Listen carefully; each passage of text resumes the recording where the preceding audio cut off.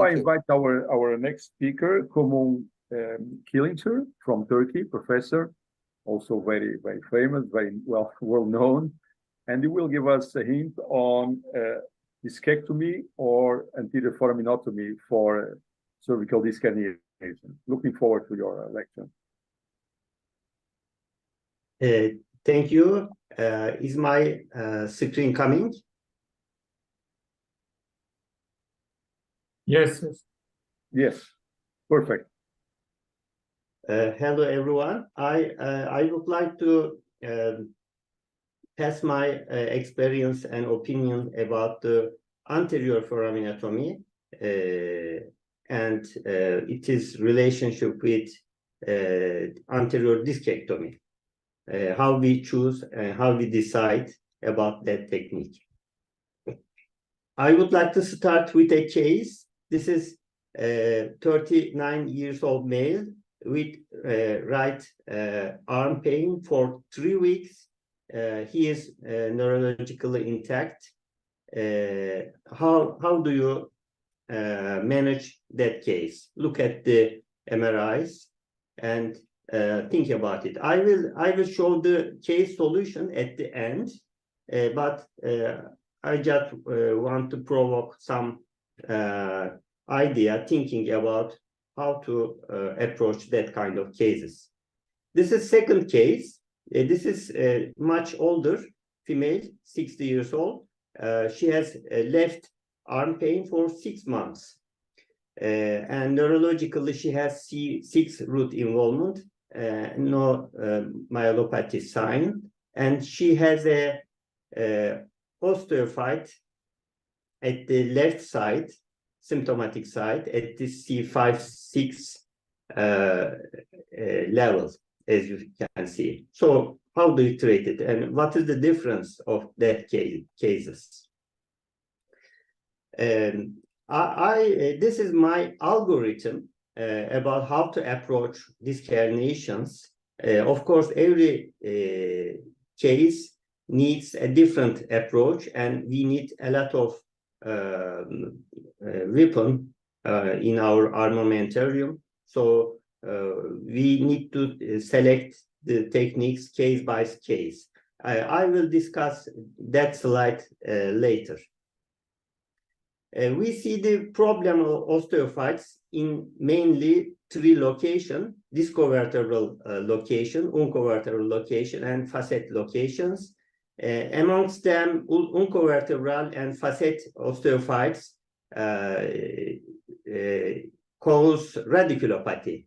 So in the practice, in the daily practice, I see that most of the radiculopathy is caused by the osteophytes or foraminal narrowing rather than soft disc herniations. So we need to, sometimes they are combined. There are combined lesions, so we need to think about the osteophytes. We have, these are the options to operate that kind of cases. We have anterior approach. We have anterior cervical discectomy, whether it is microscope or endoscope. We have anterior foraminotomy, I will mention about it. We have ACDF and disc prosthesis, and posteriorly we have posterior keyhole foraminotomy performed by microscope or endoscope. Anterior cervical discectomy is a standard approach to for discectomy generally. It's in a sense a minimal invasive approach. There is small skin incision. There is no muscle dissection. Use anatomic planes. But after discectomy, what you need to do? If just remove the disc and the lesion, the disc herniation or osteophyte, there may be some alignment problems. That's why we apply some cages or graft and plates. This cause fusion and may change, disrupt kinematics, cervical kinematics, because you just void one disc level, and there may be some problems after that. And there is an option, prosthesis. This is a promising one, but it has its own problems, but it is not ideal. An ideal operation for cervical spine should completely eliminate the offending pathology, whether it is soft disc or osteophyte, but also should preserve normal motion kinematics. If you make a fusion, you alter the motion kinematics, of course. So in principle, ACDF cannot be an ideal operation. And also the surgery should cause minimal collateral damage. So the question is there a surgical corridor to resect uncovertebral osteophytes without disrupting anatomy? Indeed, yes. You see in the left side there is a lesion here. This is a disc herniation or osteophytes. Generally, we decompress this lesion passing through the inside the disc, and disc itself is innocent. So the disc is not cause problems for the patient, but to reach there, you just sacrifice the disc. On the other hand, we have a corridor to reach there.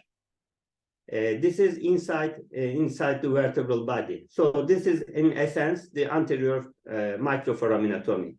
This corridor just behind, just underside the longus colli muscle. You see the longus colli muscle in the red, and this is the corridor to reach there.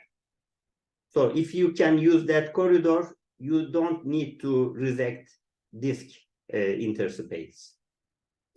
Of course, some surgeons, some colleagues offers some other solutions to resect the lesion without disrupting the disc. This is a Turkish colleague of us. He just make a contralateral partial discectomy, remove the disc herniation, and put some fat graft, hoping there will be no fusion. So this is another approach without fusion technique. But our topic is anterior foraminotomy. So this is relatively less known technique. I think a few surgeons use that technique. So I will mention about the technique briefly. You see the intervertebral foramen. This is anatomy. It is bordered anteriorly from the uncinate process, and superiorly, inferiorly pedicles, and posteriorly from the facets. Intervertebral foramen. This is oblique view. You can have the best view from the oblique view. And this is the area of problem generally. Disc herniations, lateral disc herniations, and uncovertebral osteophytes involve that area, and that area just neighborhood at the root. So if you remove that area, you will decompress the root. This is the principle of anterior foraminotomy.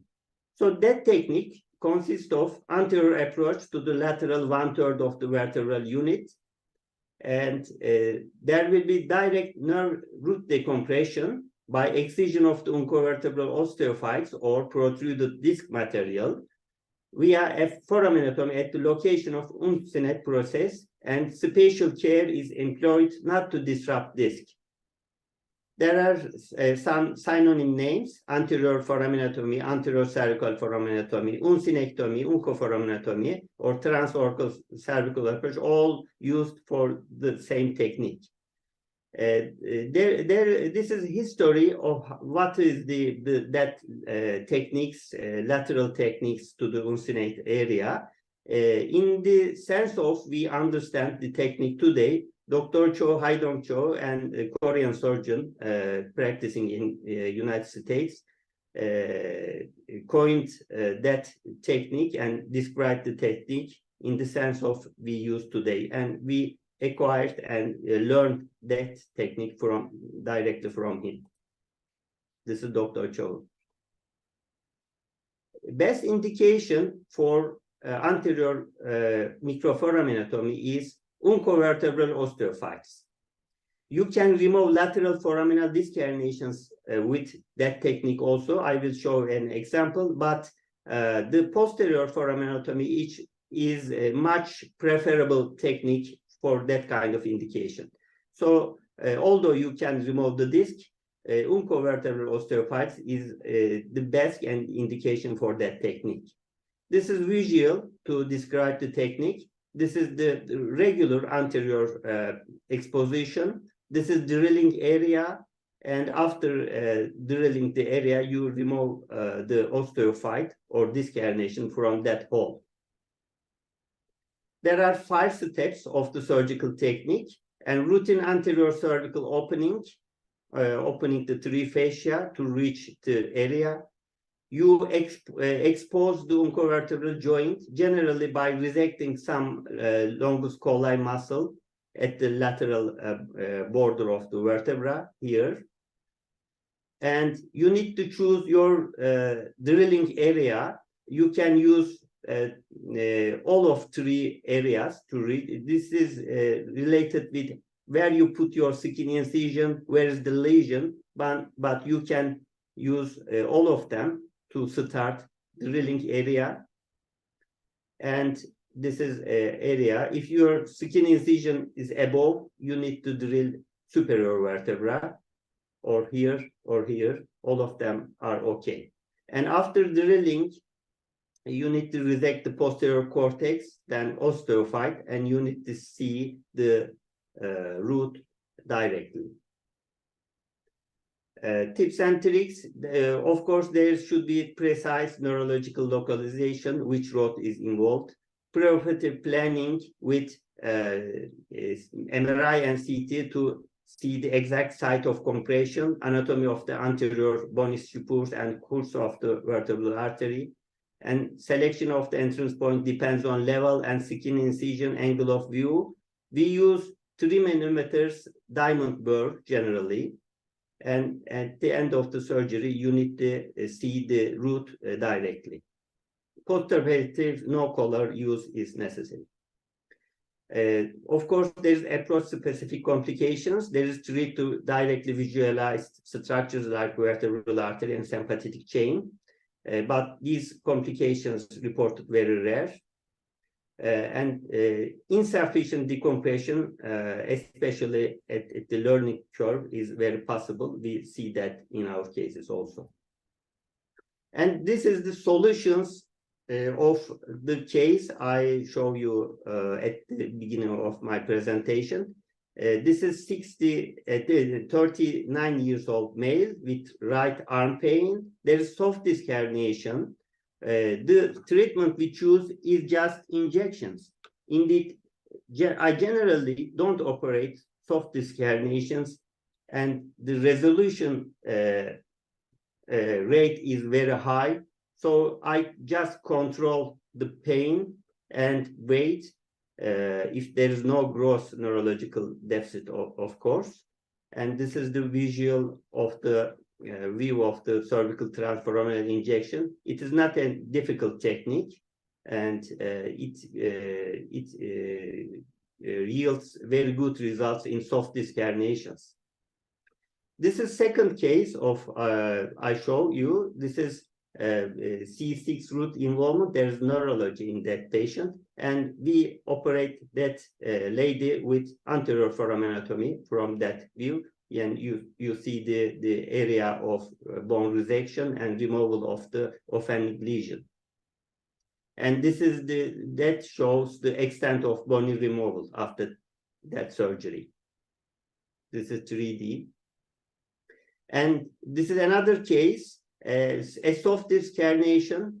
Today, I will operate that patient with posterior foraminotomy, not anterior discectomy, not anterior foraminotomy, but posterior foraminotomy. But you can use posterior foraminotomy, that kind of lesion also.